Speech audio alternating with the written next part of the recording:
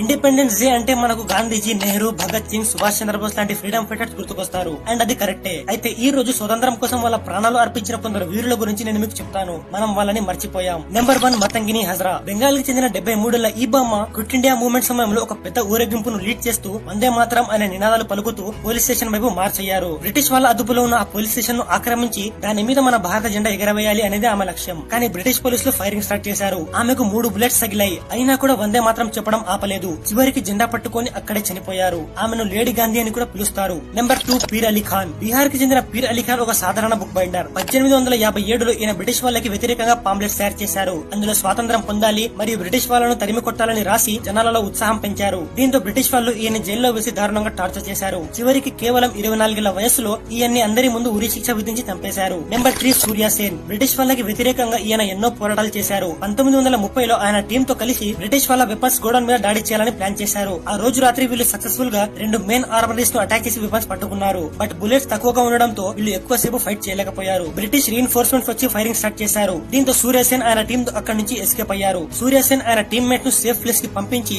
ఆయన కూడా 3 ఏళ్ల పాటు హైడింగ్ లో ఉన్నారు. తర్వాత ఆయన మిత్రుడే ఆయన బ్రిటిష్ వాళ్ళకి పట్టించాడు. బ్రిటిష్ వాళ్ళు ఈయన్ని దారుణంగా టార్చర్ చేశారు. చివరికి 1934లో ఈయనకు ఉరి శిక్ష వేశారు. వీళ్లే కాదు, కనకలత బరువా, అల్లూరి సీతారామరాజు, వేలు నచ్చియార్, బీకాజీ కామా లాంటి ఎందరో వీరులు మన దేశం కోసం ప్రాణాలు అర్పించారు. ఈ వీరుల్ని గుర్తుపెట్టు